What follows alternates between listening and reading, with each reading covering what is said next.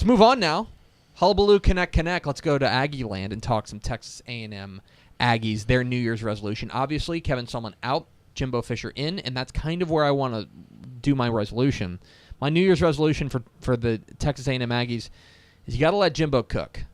Guys, look, and I've said this before,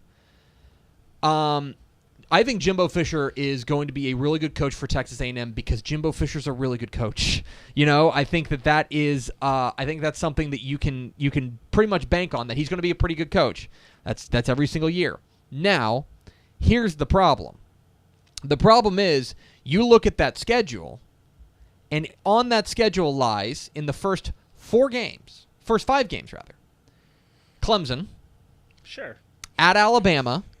I mean, they've done it before. And Arkansas, who, sure. Chad Morris, let's see what they've got. And, by the way, that doesn't mention a trip to Mississippi State, a trip to Auburn. Do they still have Dak? They do not. Okay. They got to play LSU, who they've never beaten.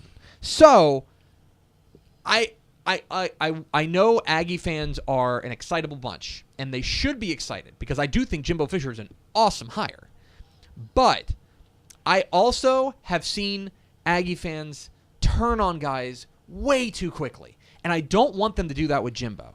You got to let him cook because it's probably not going to be next year.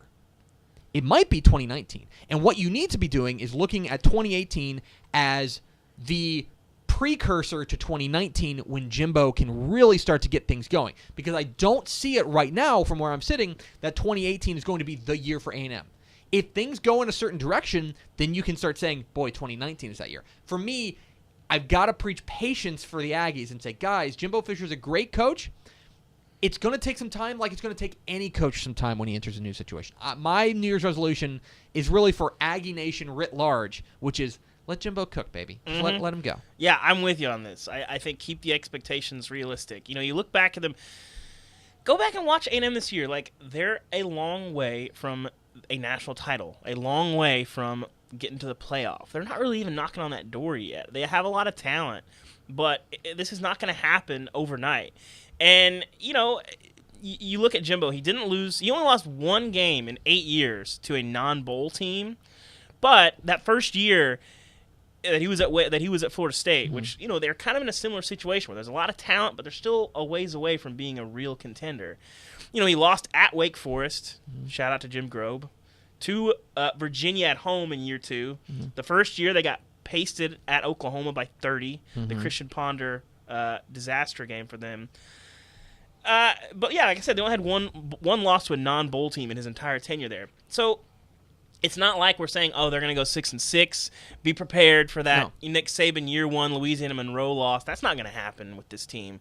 But it's not. You're not going to just. I think if you're a casual A&M fan, you say, well, we finally got rid of that bum Sumlin, and we got this guy who won a national championship. So that means we're going to compete for titles every single year. Now, obviously, your hardcore A&M fans know that's not really necessarily how it works. But there's plenty of folks that are going to be having those sort of really high hopes in year 1, and it might take a little while for them. So yeah, keep the expectations reasonable.